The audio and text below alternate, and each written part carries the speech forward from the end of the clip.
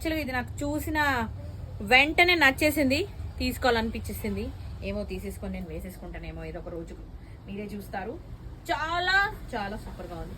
And పైకి వేరే ఉంది, సైడ్స్ కి థ్రెడ్ విత్ ట్రాజల్ వచ్చేసింది. సైజెస్ వచ్చేసి M2 XXL వరకు సైజెస్, అది కూడా చాలా హెవీ బంచెస్ అయితే రెడీగా ఉన్నాయి.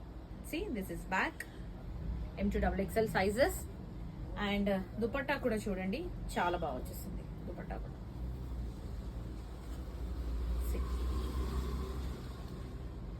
దుపట్టా కూడా చాలా ఎక్సలెంట్ గా.